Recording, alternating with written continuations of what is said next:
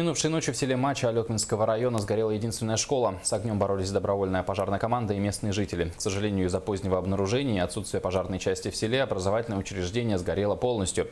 Мачинскую среднюю школу построили в 1972 году, и в последний учебный год в ней обучалось 27 детей. На момент пожара в здании никого не было. Из ранее предложенных 18 нарушений устранено 14.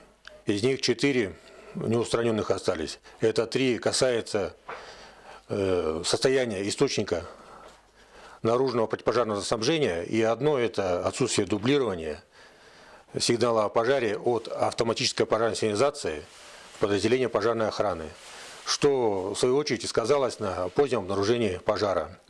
Также на момент пожара сторож в здании школы отсутствовал. Для выяснения обстоятельств пожара из города Алекминск направляется следственная оперативная группа. Она выезжает сегодня.